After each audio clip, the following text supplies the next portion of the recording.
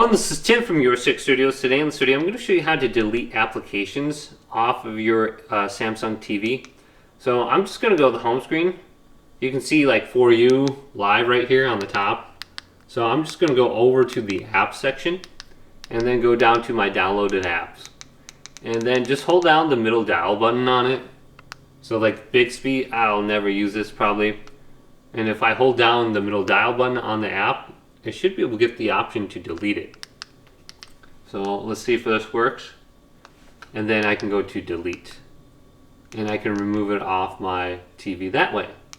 So that's one way to do it. Another easy way to do it is if we press settings and wait for settings to load, and sometimes it's really slow for some reason. So let's go to settings, all settings, going down under here to where it says support.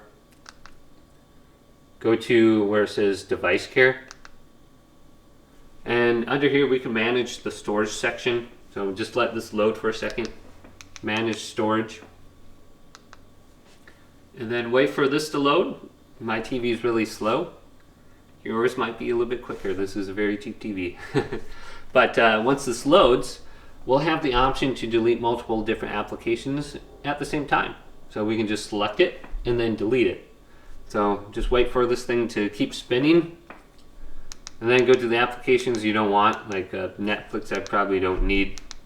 Apple TV I'll probably never use, just because I don't have a subscription to any of this stuff. What's the point of having it? And then here's one I'll delete for sure. And then Luna I don't need. And then I don't know what this is. So just go to them, then go up to the top and go to delete. And then you can delete them off your TV. So hopefully this video did indeed help you out. Did, leave it a big thumbs up. And subscribe to my channel down below for more tech videos coming up next on YourSixGaming.